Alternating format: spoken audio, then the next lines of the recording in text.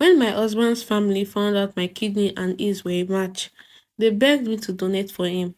My husband and I have been married for 8 years, and it is so sad to see him always in pain. So I agreed to do it for him and our two kids. They were too young and needed their dad with them.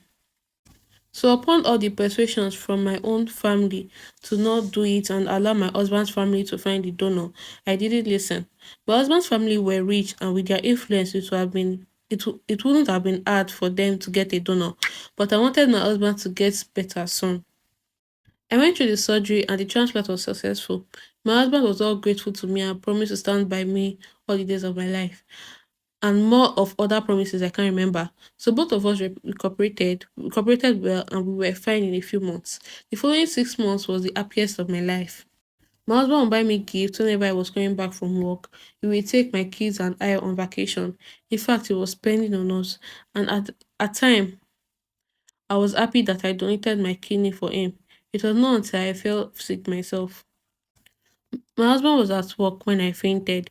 My younger sister happened to be in our house at that time, so she was the one that took me to the hospital. They called my husband and he wasn't picking. When he finally picked up and heard I was sick, he told my little sister that he was busy. And all of that day, my husband never visited me at the hospital.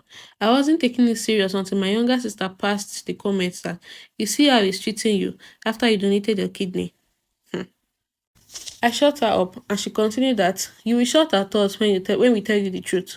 Why don't you pretend you are not well and see if he really loves you as he tells us? This got me thinking. My sickness was just because I hadn't rested well, so I was discharged the next day. My husband was actually in the house when I got home.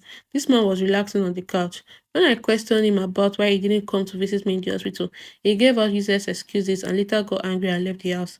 This later got me thinking about what my little sister said, and I decided to do that.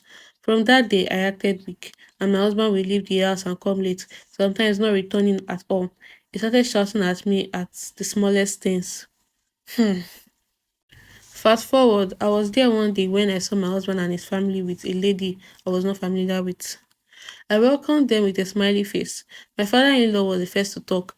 The man actually opened his mouth to tell me that, Cynthia, you are very weak, and because of that, your husband has complained to us that you cannot perform your wifely duties at night. So we've decided to ease your burden by finding you a co-wife. Eh? Hmm. Hmm.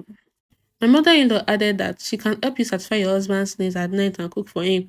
These people made it sound like they were doing me a favor. I was very hot, but I stood calmly and walked to the bedroom. I was thinking about everything when my so-called co-wife entered the bedroom with my mother-in-law. She told her that that would be where she would be staying with her husband. She turned around to me and was like, "See, you can move to the guest house." Eh? See, you can move to the guest house. After she don't donate kidney. To cut the long story short, I have started adding illegal drugs and some drugs that will cause another kidney failure to him. Bam. Very good. Very good. Yes, I gave him life and I want to take it back. His new wife can give us to him. But as for me, I am taking it back, and after that I will divorce him and take half of his assets. Not to forget, I will make sure he can't use his manhood ever again. Maybe they complain say you should not fit do wifely duties for nights. You no go see wetin you go use do the wifely duties. Anyways, the end.